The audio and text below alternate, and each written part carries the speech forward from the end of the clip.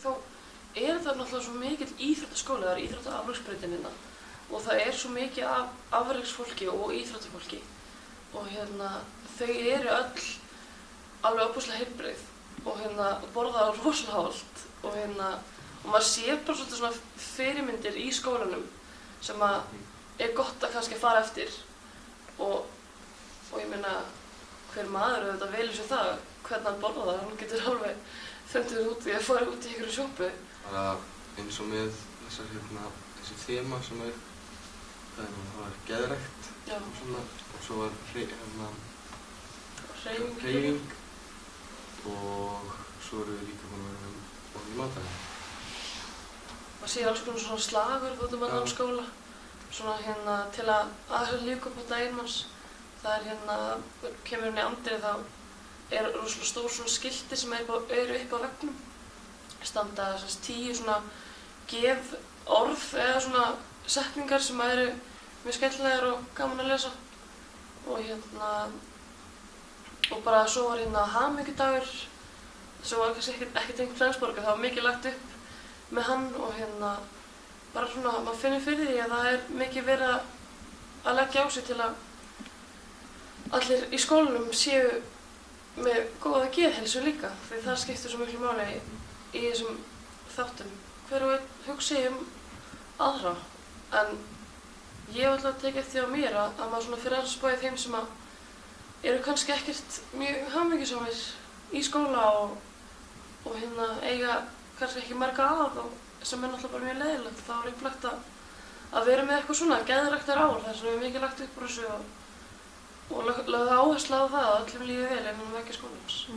Maður skráði hreyfinguna sína inn á vefsíðu og maður gæti skráða alls konar hvað maður var að gera, hvort maður var í tennis eða hlaupa eða sundi eða hvað sem það nú var og skráða þar inn á og svo gæti maður séð svona hvað maður búið að hreyfa sér mikið og hvað aðrir voru búið að hreyfa sér mikið og svo svona sigurvegari og þetta var voða gaman að sjá hvað maður hreyfði sig mikið. Ullarsokkar fótbolti. Það voru bara með tölvu þar og gætum skráð niður í íslöpust. Hvað hreyfðum við? Morgunsund alla dagana. Eða eitthvað dag alla dagana. Og skráðum það niður. Ég meina þetta fær svo mikla umfjöllun. Þetta heilsueflið framhaldsskóli. Bara í blöðunum og fréttunum og bara hjá almenning. Að maður alltaf myndur á þetta og maður veit alltaf að þetta til staðar, sko. Það það fyrsta sem maður séð þegar maður labbar inn í skóla.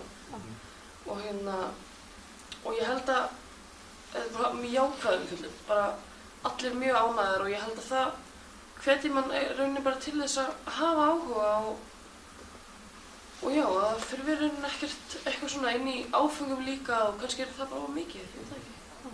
Og fyrir mér var það alveg klárlega lífshlaupið. Þetta var mjög gaman að geta hvatt sjálfa sig áfram til að hreyfa sig og hafa svona gaman að í leiðinni. Það var mjög gaman að stimpla daginn þegar maður kom heim, sko. Það var virkilega. Á svona viðburðum sem ýta undir þemað, þá skipuleggjum við það með skólastjórnendum og fleirum í skólanum. Reynum að ýta svolítið undir þemað því að fólk gæti tekið þátt í góðgerðarsamtökum. Því ég held kannski að fólk í framhaldsskólum sé ekkert rosalega mikið að einblína á góðgerðarsamtök og hvað þau geta gert fyrir heiminn. Að það er þetta kannski svolítið gott svona wake-up call, ef maður getur orðað þannig, að sýna þeim bara að þessi samtök séu til og hvert andlit skiptir máli í svona samtökum, sko.